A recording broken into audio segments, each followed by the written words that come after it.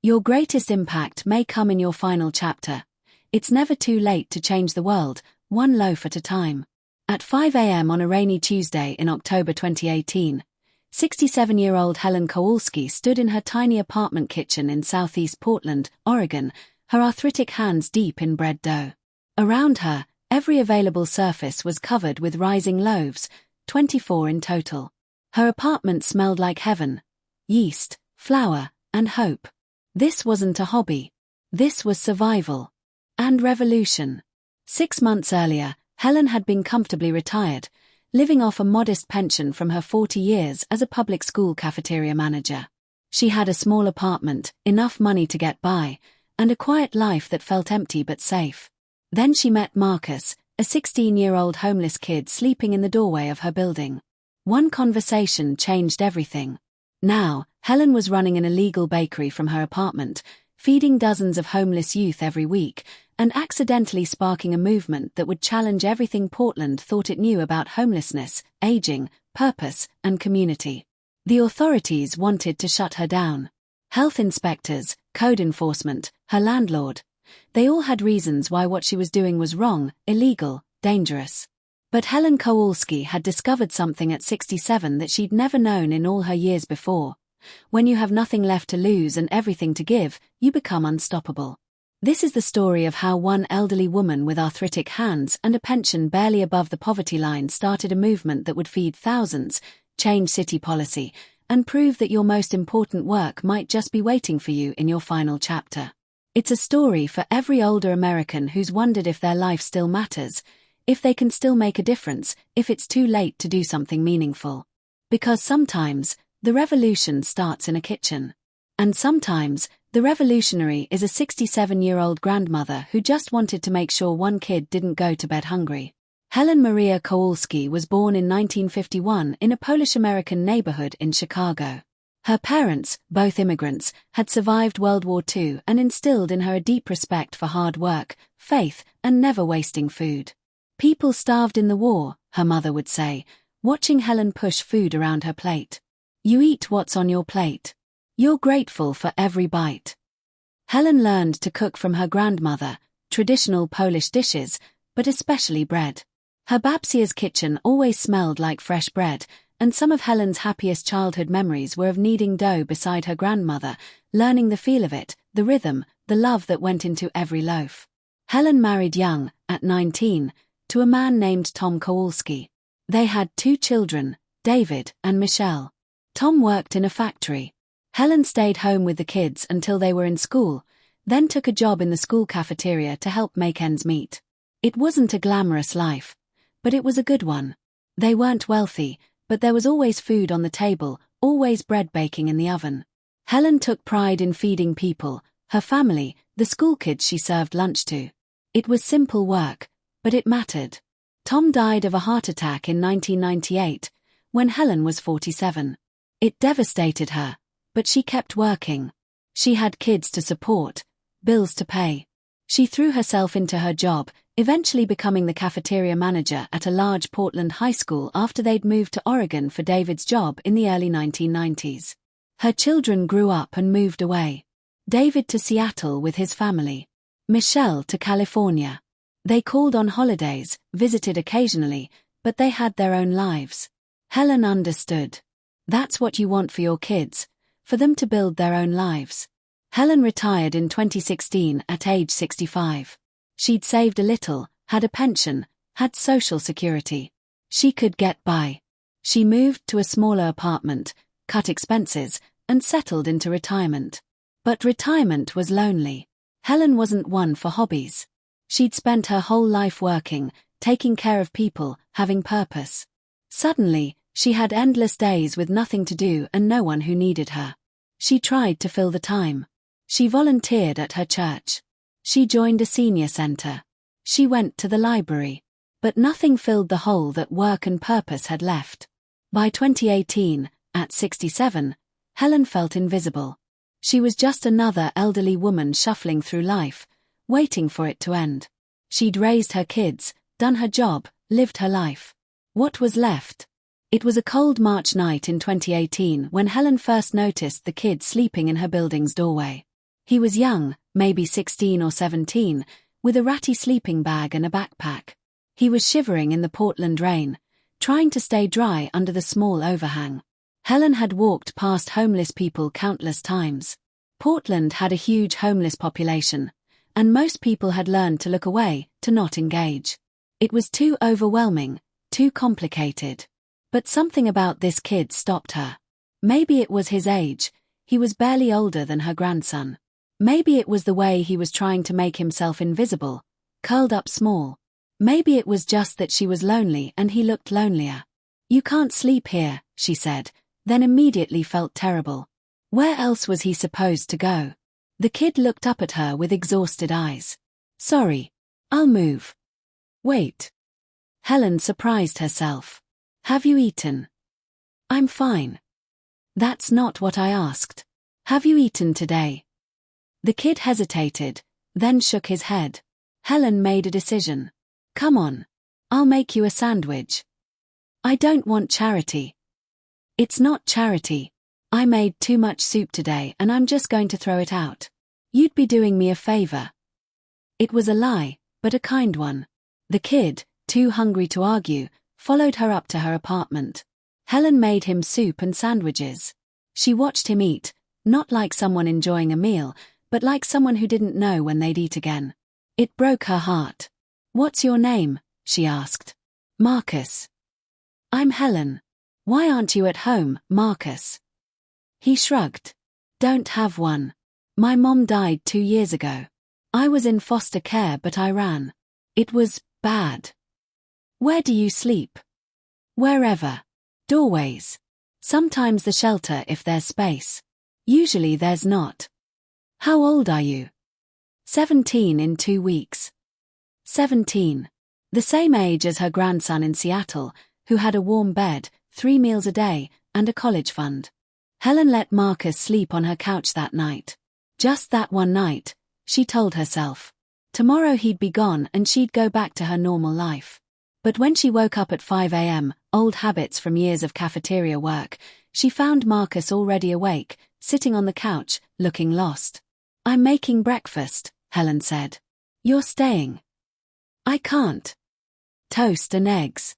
Sit down." Over breakfast, Marcus talked. Not a lot, but enough. He'd been on the streets for 6 months. He was trying to finish high school, he went to classes when he could, but it was hard when you didn't know where you'd sleep or when you'd eat. He had big dreams, wanted to be an engineer, but couldn't see a path from where he was to where he wanted to be. "The shelter has a wait list," Marcus explained. "Youth beds especially. There are hundreds of kids on the streets in Portland. We're invisible to most people." "Hundreds?" Helen was shocked. "Teenagers?" "Yeah. Runaways, foster kids who aged out, kids kicked out by their parents. LGBT kids whose families rejected them. Homeless families' kids. We're everywhere, but people don't see us." Helen had lived in Portland for over 20 years and had no idea the youth homeless problem was so severe. When Marcus left that morning, Helen pressed 2 sandwiches and a $20 bill into his hands. "Come back tonight. I'll have dinner." "Mrs. Kowalski, I can't keep taking." "You're not taking. I'm giving. There's a difference. Come back." He did. And the next night. And the next. Marcus brought a friend after a week, a girl named Jasmine, 16, who'd been kicked out by her parents for being gay. Then another kid, Antonio, 18, who'd aged out of foster care and had nowhere to go. Helen's small apartment became a nightly gathering place. She cooked huge pots of soup, made sandwiches, baked bread. The kids were always hungry, not just for food, but for someone to see them, to care, to treat them like human beings. Helen learned their stories. Each one broke her heart a little more. Sarah, 17, whose mother was an addict and whose father was in prison. She'd been taking care of her younger siblings until CPS split them up. She ran to avoid being separated from them, but the system caught her siblings anyway. James, 16, kicked out by his religious parents when they found out he was transgender. Keisha, 15, who'd been trafficked and escaped, but had nowhere safe to go. Michael, 18, a veteran of foster care who'd been moved between 14 different homes and trusted no one. These weren't bad kids. They were kids dealt terrible hands, failed by every system that was supposed to protect them. And they were starving, not just physically, but emotionally, spiritually. Helen's small pension wasn't enough to feed everyone. She started spending her savings. Then she started baking bread to sell at a local farmer's market to fund buying more food. That's when she discovered something. People loved her bread. Her grandmother's recipes, made with love and skill earned over decades. People lined up for it. One customer asked, "Do you sell to restaurants?" Helen didn't. But maybe she could. By May 2018, Helen was feeding about 15 kids regularly. Her apartment was becoming a nightly youth shelter, a soup kitchen. Her neighbors were starting to complain. Her landlord had given her a warning. "You can't run a shelter from your apartment, Ms. Kowalski. It's against the lease." "I'm not running a shelter. I'm having friends over for dinner." 15 teenagers every night isn't friends over for dinner. "I'm sympathetic, but you need to stop." Helen knew he was right from a legal standpoint. But how could she stop? What would happen to these kids? She called David, her son. "Mom, you can't save every homeless kid in Portland. It's not your responsibility." Then whose responsibility is it? The cities. They're failing. The shelters. They're full. These kids have no one. "Mom, you're 67 years old living on a fixed income. You can't afford this. You can't sustain this." "Then I'll find a way to afford it." That's when the idea came to her.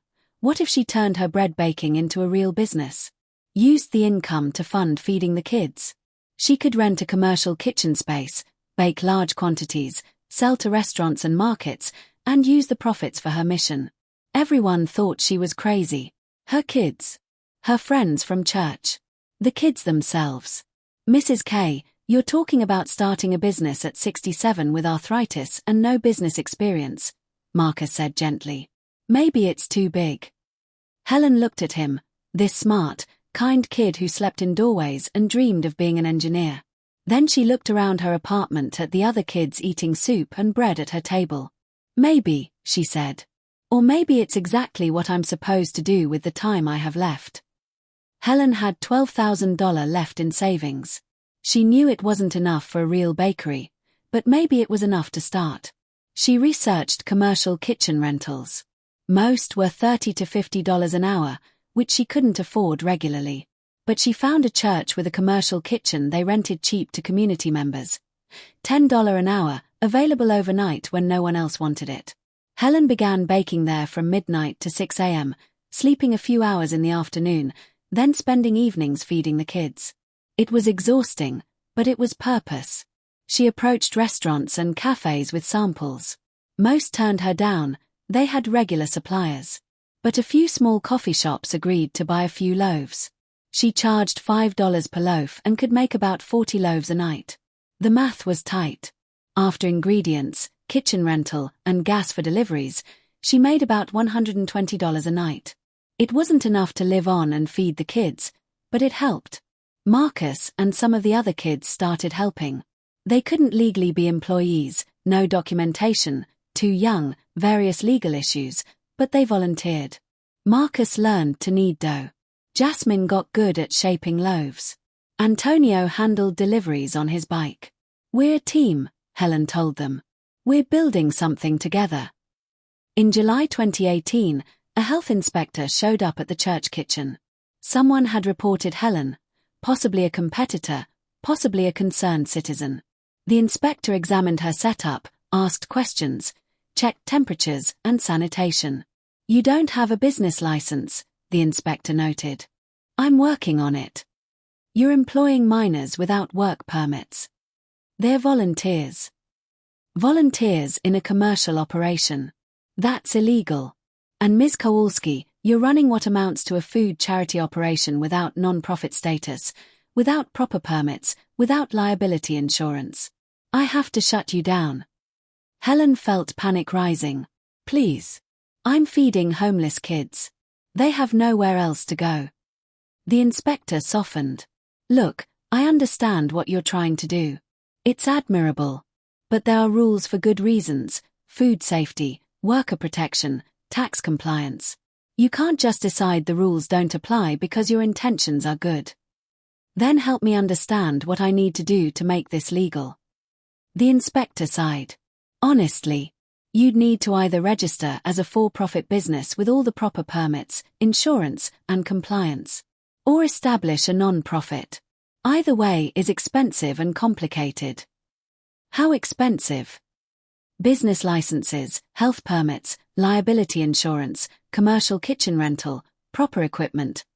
You're looking at $20,000 minimum to start. A non-profit requires lawyers, filing fees, board members, accounting, probably more. Helen had $8,000 left in savings. She was already stretched thin. This seemed impossible. I'll figure it out, she said.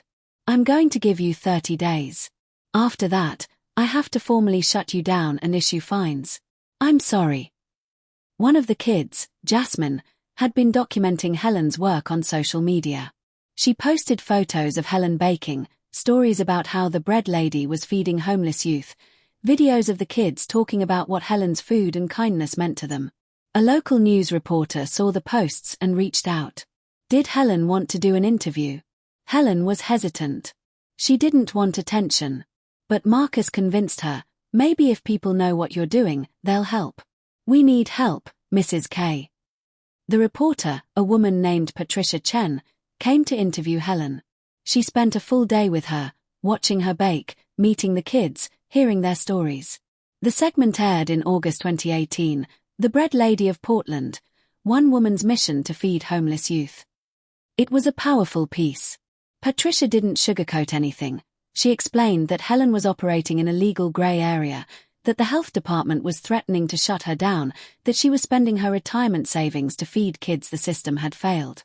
The response was immediate and overwhelming. Donations poured in. People sent checks, Venmoed money, dropped off cash.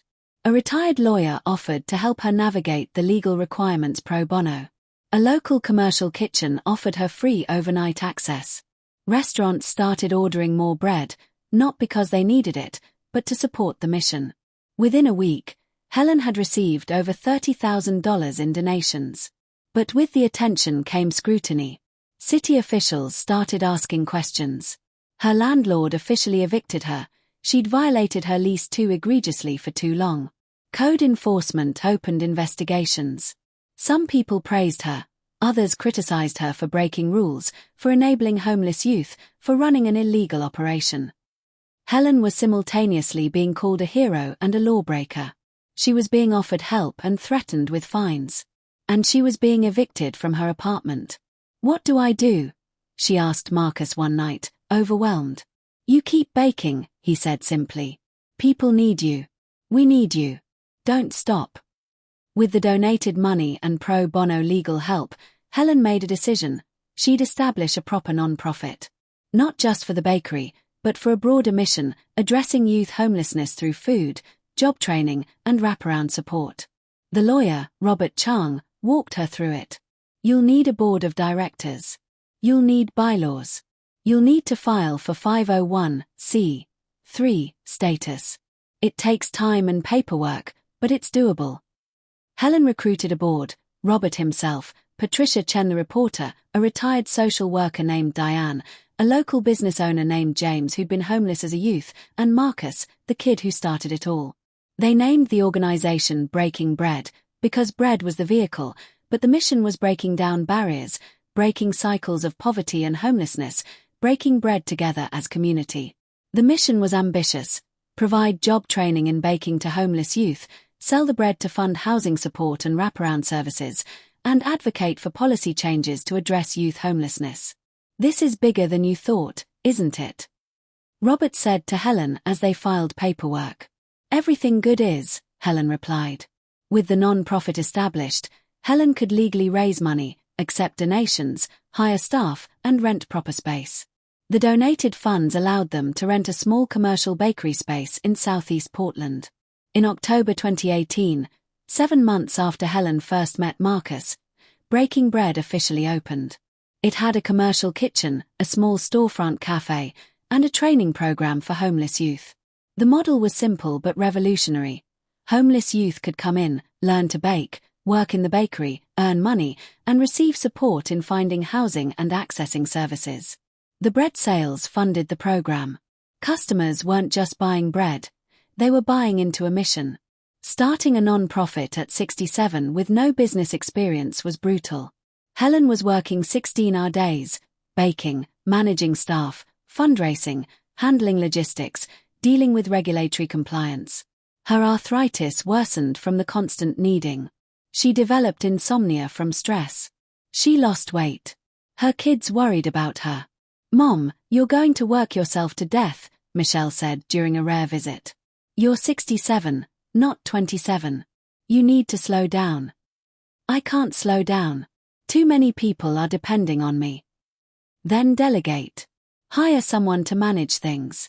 You don't have to do everything yourself." "We can't afford to hire management. Every dollar goes to the mission."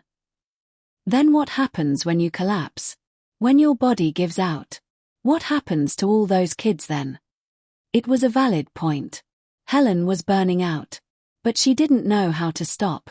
The youth in the program had their own challenges. Not everyone succeeded. Some stole from the cash register. Some showed up high or drunk. Some disappeared back to the streets. Some brought street drama into the bakery. Helen had to fire a kid for the first time, a boy named Tyler who'd threatened another youth. It broke her heart. "I'm trying to help you," she told him.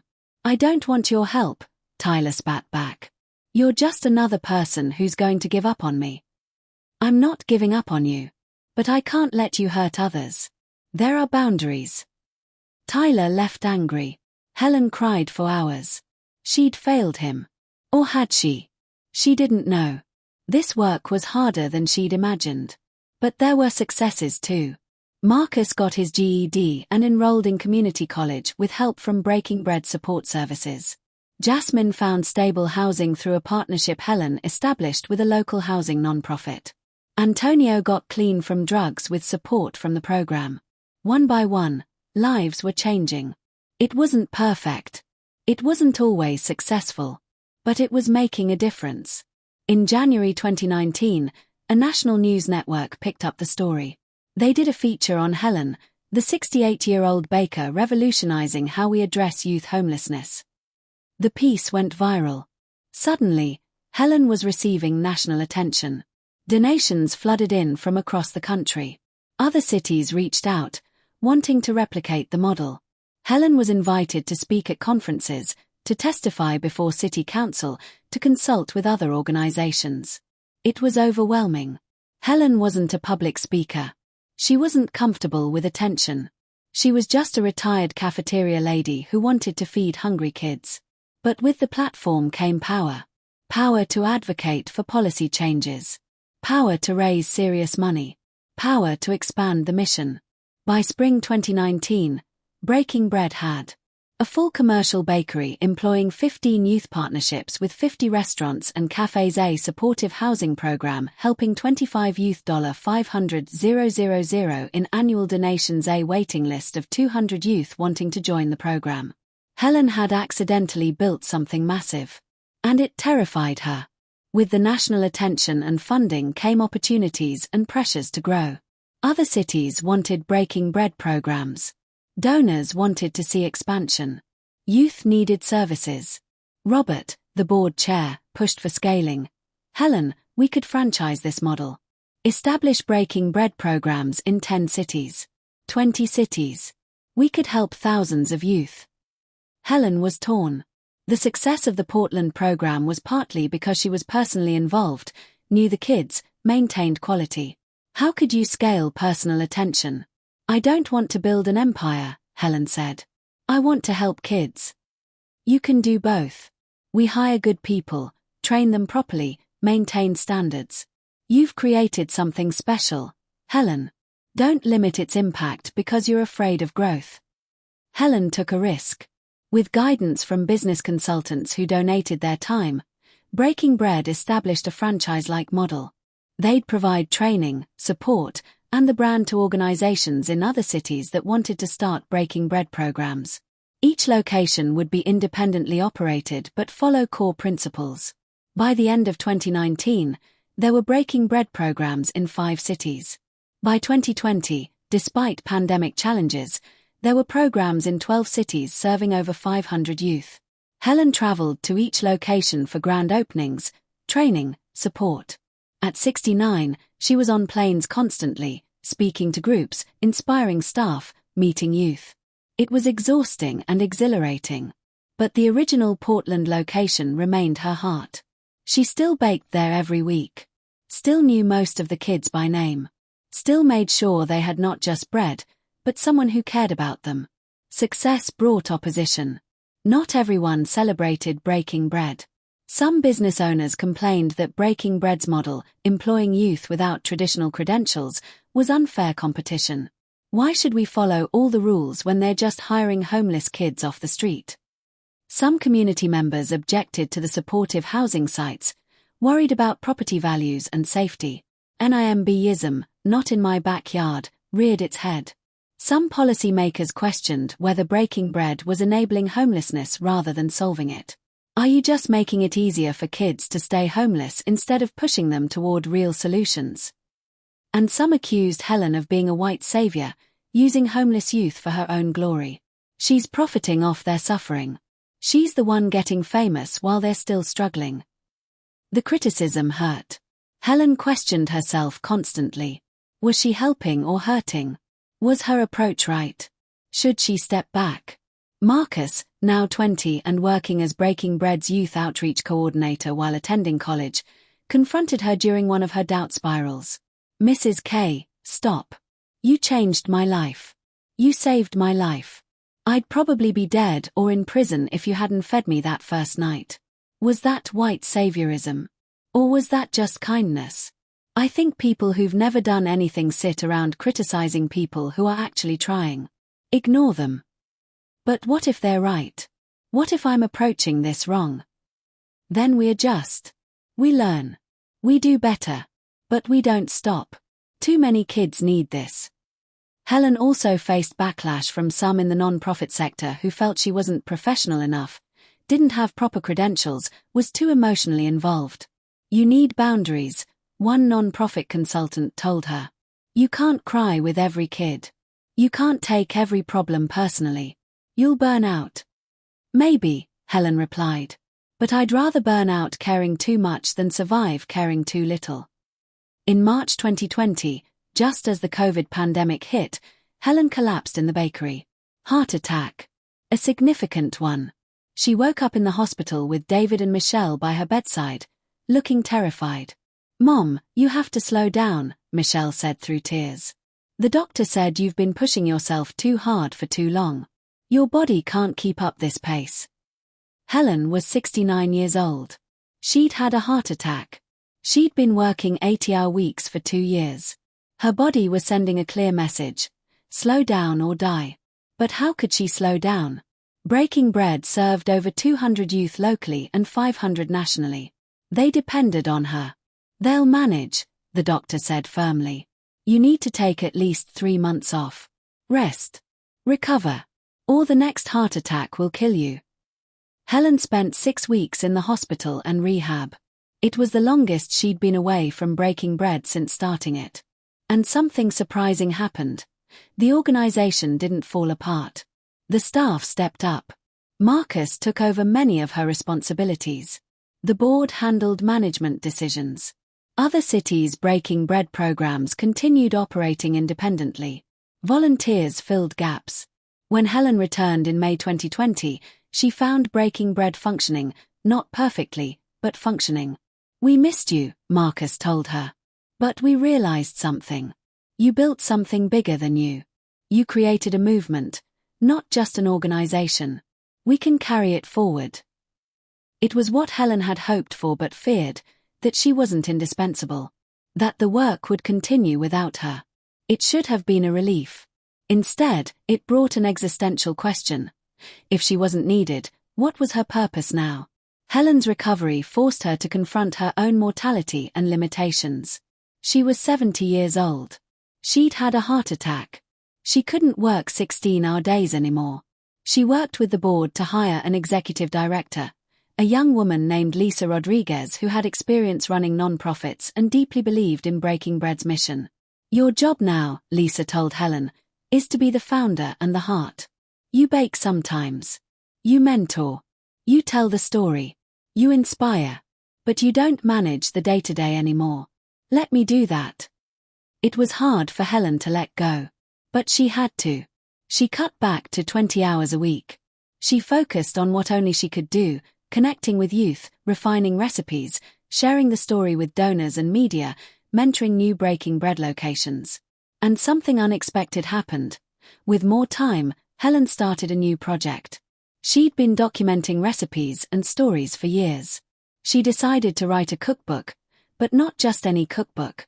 It would combine her grandmother's bread recipes with stories of the youth Breaking Bread served.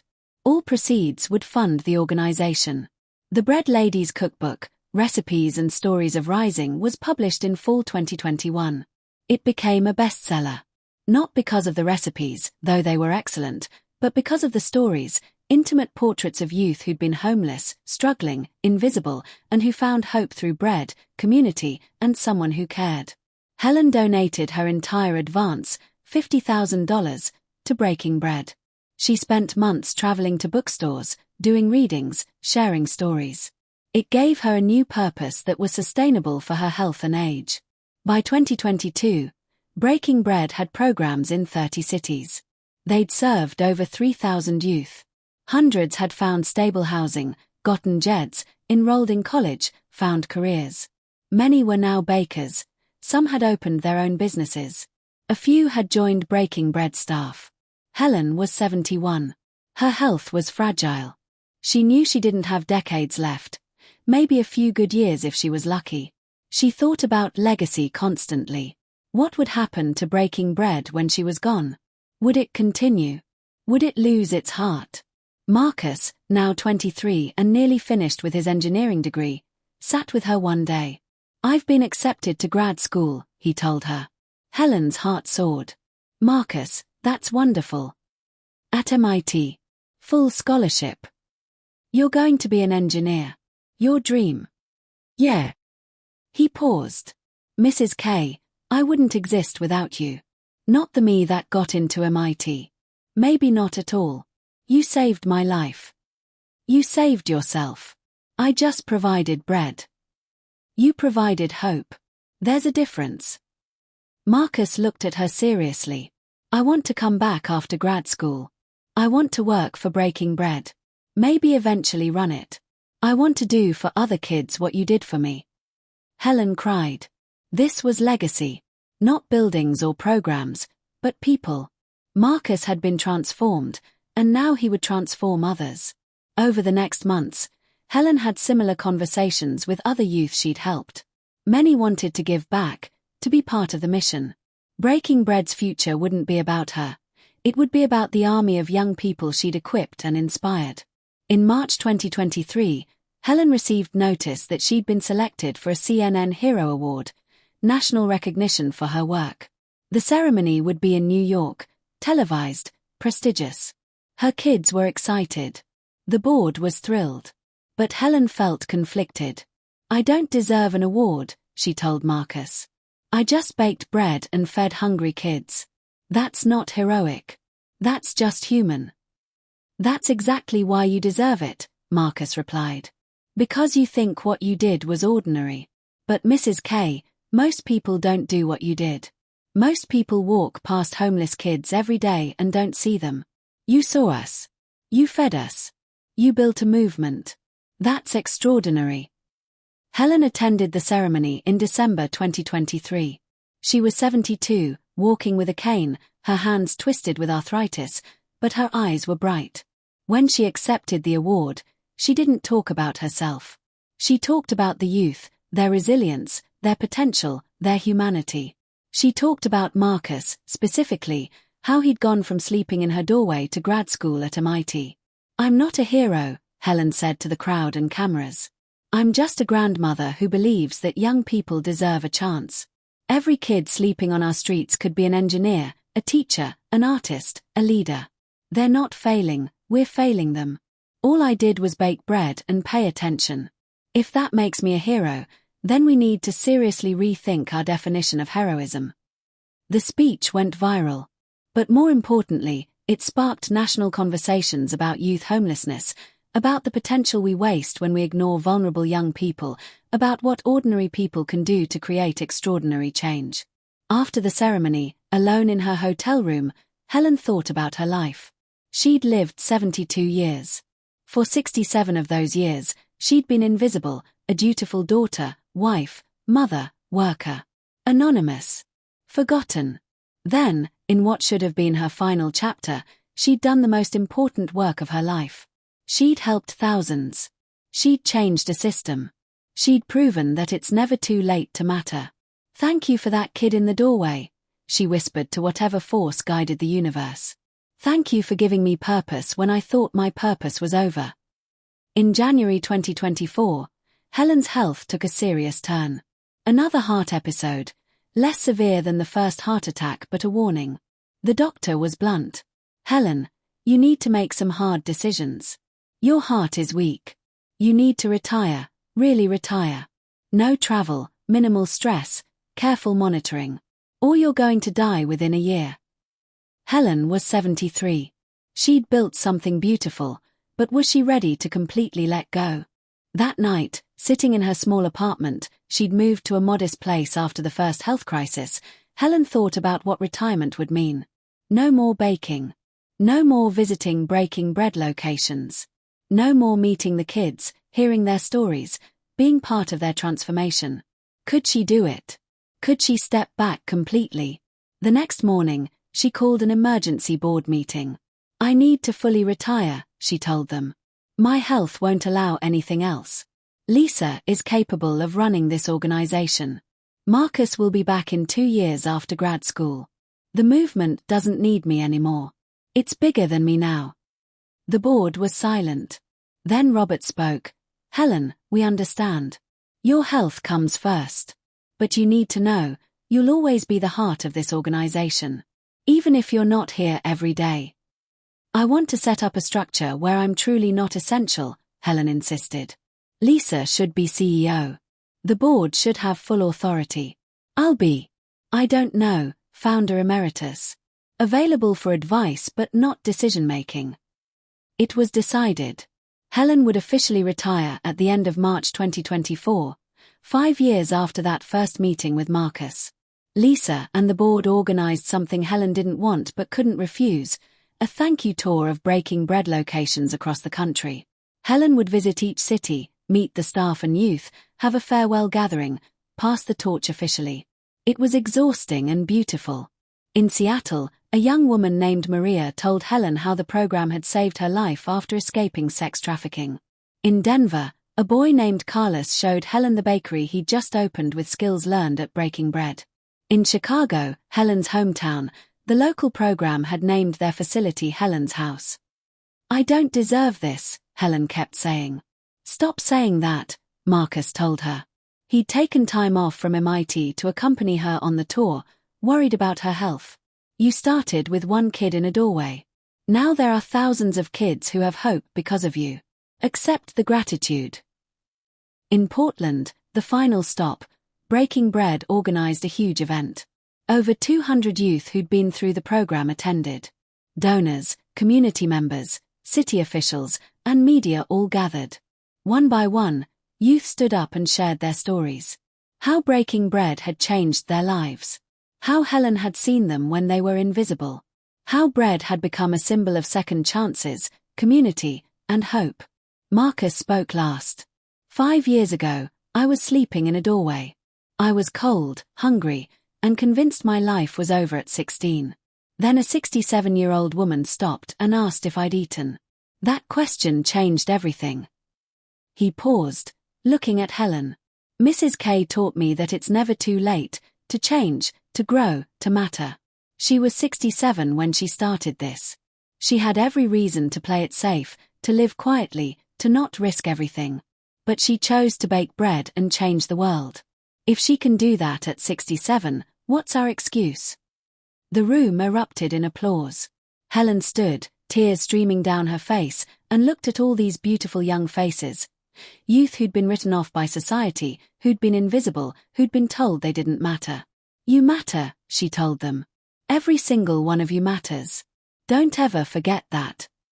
Helen officially retired on March 31, 2024. She moved to a small cottage in a quiet Portland neighborhood, close enough to visit breaking bread occasionally but far enough to truly step back. Her days became quiet again, like before she'd met Marcus. But different. She wasn't lonely. Youth from the program visited regularly. Marcus FaceTimed from MIT. Letters arrived from across the country from kids she'd helped. She spent time with her children and grandchildren, who visited more now that she wasn't working constantly. David brought his family from Seattle monthly. Michelle came from California quarterly. They'd been scared they were losing her to the work, but now they had her back. Helen started writing again, not a cookbook this time, but a memoir. She wanted to document not just the breaking bread story, but the deeper truth, that purpose doesn't have an expiration date. That your most important work might come in your final chapter. That one person really can make a difference. She wrote slowly, painfully, her arthritis made typing difficult. But she wrote every day, telling the story of how one loaf of bread became a movement. In July 2024, Helen received devastating news. Cancer. Pancreatic. Stage 4. The doctor gave her 6 months, maybe a year with treatment. Helen was 73. She'd known this day would come, we all do, but knowing doesn't make it easier. She called her children first. Then Marcus. Then the breaking bread leadership. Everyone wanted her to fight. Chemo, radiation, experimental treatments. But Helen had different ideas. I've lived a full life, she told them. I raised good kids. I did work that mattered. I made a difference. I'm not afraid of dying. But Mom, Michelle protested, you could have more time. Or I could have 6 painful months of treatment that makes me sick and miserable, and then die anyway. I'd rather have 6 good months than 12 terrible ones. It wasn't an easy decision, and Helen wrestled with it. She talked to her priest, to her doctor, to friends. But ultimately, she chose quality of life over quantity. She decided to do hospice at home. No aggressive treatment. Just pain management and comfort care. The news went public in August. The response was overwhelming. Cards and letters flooded in from across the country. From youth she'd helped, from donors, from strangers inspired by her story. Breaking Bread locations organized tribute events. The CNN Heroes organization released a statement honoring her legacy. But Helen wasn't gone yet. She was still here. Still had time. Helen spent her remaining months on one final project, a scholarship fund. She'd sold the rights to her cookbook story to a production company that wanted to make a movie about her life. The advance was substantial, $200,000. Helen donated every penny to establish the Rising Bread Scholarship Fund for homeless youth pursuing higher education. I don't need the money, she told her lawyer. I'm dying. But those kids. They're just starting to live. Let it help them. The fund would provide college scholarships to youth who'd been through Breaking Bread programs. The first 10 recipients were announced in September 2024. One was Maria from Seattle, studying social work. Another was Carlos from Denver, pursuing business management. A third was Jasmine, the girl Helen had met 5 years ago who'd been kicked out for being gay. She was studying to be a teacher. And Marcus received a special scholarship from the fund to complete his PhD after his master's degree. Mrs. K, I don't need it, Marcus protested. I have funding from MIT. Take it anyway, Helen insisted. Not because you need it financially, but because you were the first. The kid who started this all. Your success is proof that the mission works. Take the scholarship and prove that homeless kids can become doctors of engineering.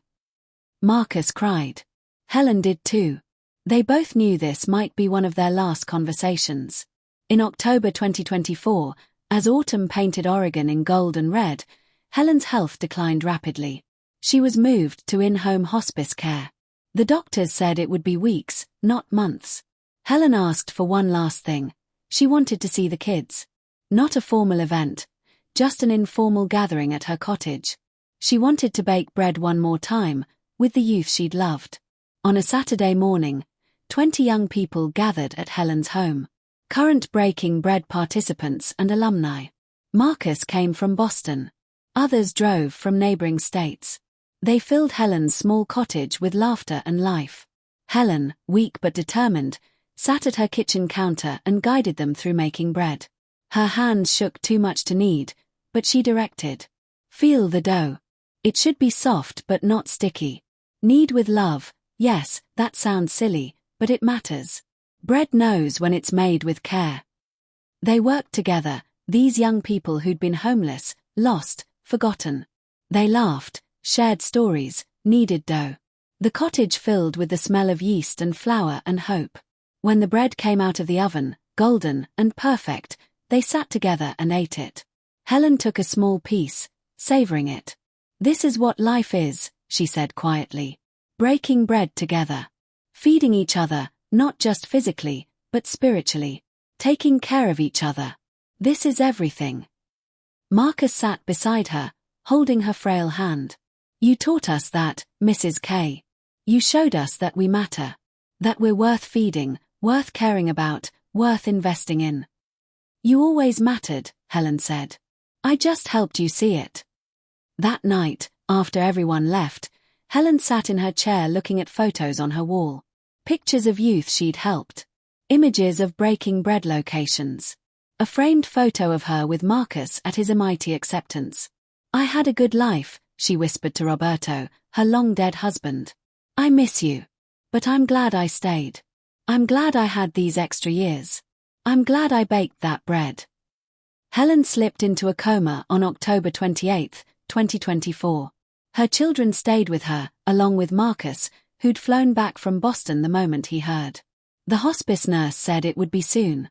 Helen was at peace, comfortable, ready. On October 30, 2024, just before dawn, Helen Kowalski died. She was 73 years old. The nurse told them she'd passed peacefully. David and Michelle held their mother's hands and cried. Marcus sat by her bedside, reading aloud from her memoir manuscript, the story of how one woman with arthritic hands had changed thousands of lives. She died at dawn, Marcus said softly. When bakers start their work. When bread begins to rise. That's perfect. Helen had requested a simple funeral. No elaborate ceremony, just a gathering of people she loved. But simple wasn't possible. Over 500 people attended. Youth from breaking bread programs across the country came. Staff members. Donors. Community leaders. People whose lives had been touched by one elderly woman who decided that feeding hungry kids mattered more than playing it safe. The service was held at the original Breaking Bread bakery in Portland. It smelled like fresh bread, they'd baked through the night, just as Helen would have wanted. Marcus gave the eulogy. He was 24 now, MIT graduate student, once homeless kid who'd slept in a doorway. He stood before hundreds and told Helen's story. Helen was 67 when we met. She was retired, living on a fixed income, invisible to most of the world. She could have spent her final years safely, comfortably, quietly. He paused.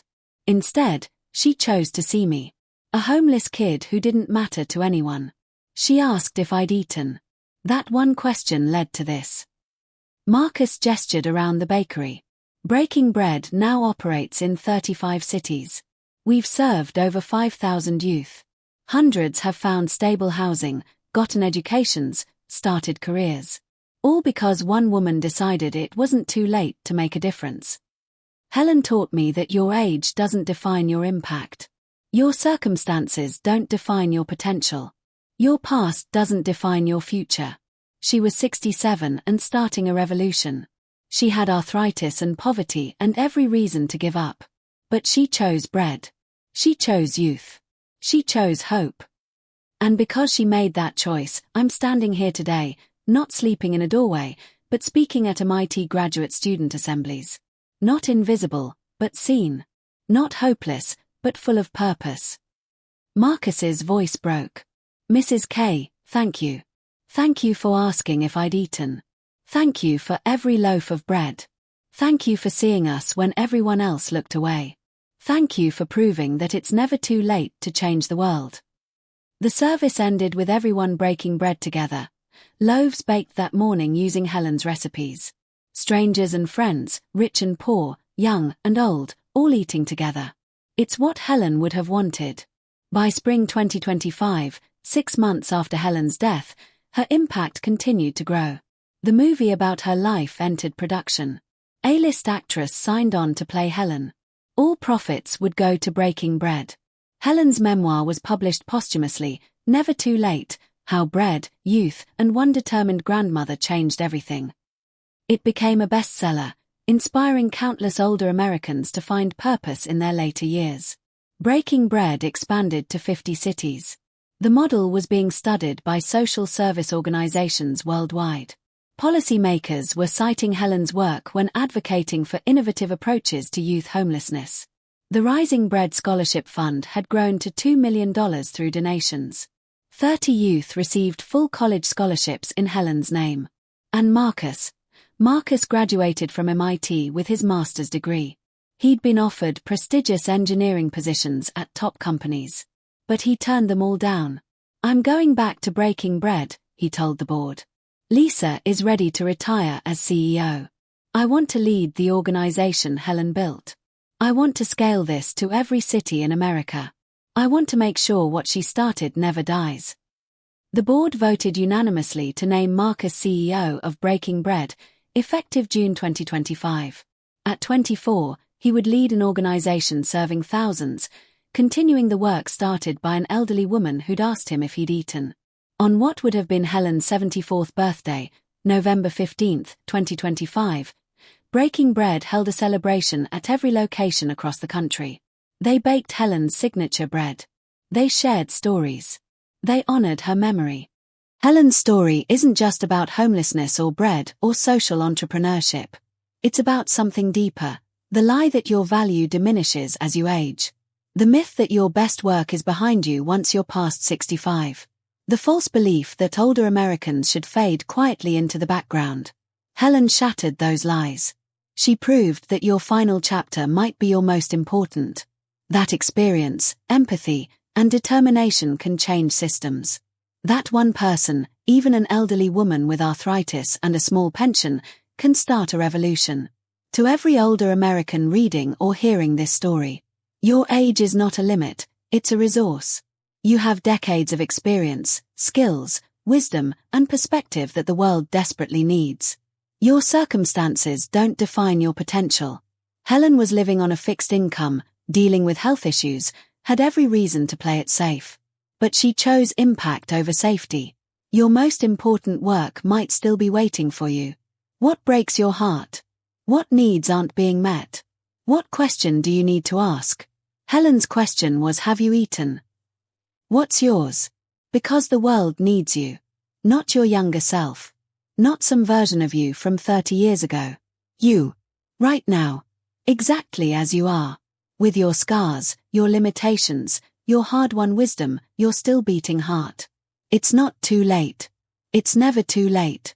Start needing.